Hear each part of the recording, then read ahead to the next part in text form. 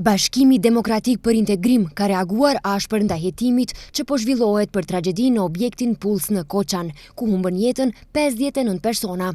Partia akuzon institucionet përgjegjëse për mosveprim dhe fshehjen e të vërtetës, duke theksuar se ato ishin të informuara për shkeljet dhe kushtet e rrezikshme në këtë objekt.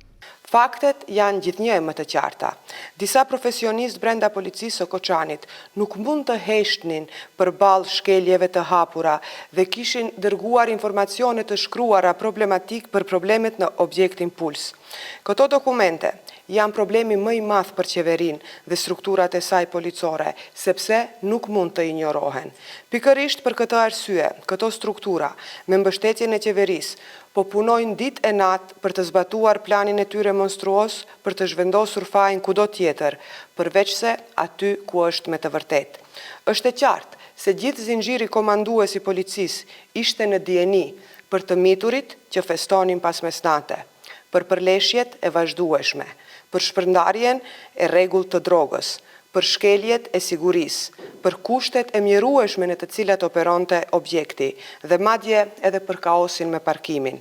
Ata thonë se me cinizëm të skajshëm po bëhet përpjekje për të fshehur të vërtetën dhe mbrojtjen e fajtorëve, duke fajsuar padrejtësisht ish-zyrtar dhe opozitën. Qeveria nuk kërkon drejtësi, por alibi.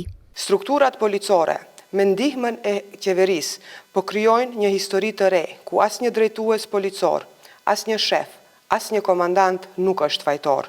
Përkundrazi, akuzohet një ish ministër i ekonomisë, i cili nuk ka shkelur kurrë në Koçan dhe që nuk ka pasur asnjë kompetencë ligjore për inspektimin e objekteve apo për kontrollimin e lokaleve.